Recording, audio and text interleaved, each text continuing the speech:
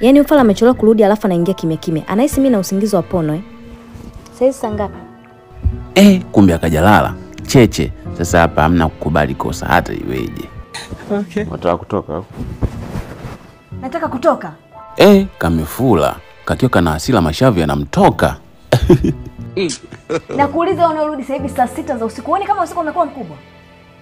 Kwa kumbe unajua muda yake unaniuliza unanijaribu au? Huyu si wapendi kuoga mara 2 kwa siku. Alafu sasa hivi anataka kwenda kuoga. Hapa lazima kuna kitu. Alafu unafika hapo unataka kufikia bafuni kwenda kuoga. Umetoka wapi? Huko nje kuna vumbi. Nimepita Afrika kule juu kuna vumbi kinoma. Sasa nimesema nikifika hapa na mavumbi nitalala hapo panapata jao. Ona linavyonijibu kila islaisi lijitu. Yaani mimi nitalirukia yani vumbi gani na mvua zote hizi? Vumbi linatoka wapi? Sasa mimi mambo ya muumba tena mimi usijui mimi nimetoka kokote kuna vumbi. Yaani ile fala lingejua linanipa sababu ya kumkubalia John. Nimechoka mimi na haya mateso.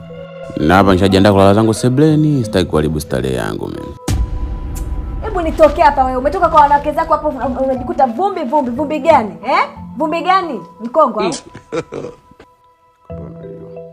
Da, ulivyotaja mkongo umenikumbusha Sean Lo toka kupiga away huko. Okay. Tutaona na ulali hapa kitandani. Sijui kaleta janaba hapa. Yaani ili Kenya nyoda yake ni kulitengeneza likiwa huko nje lisidindishe. Bata tope wewe. Sorry. Tawala chini hapa sebleni. Kwa nini? Wanaume tumeumbwa mateso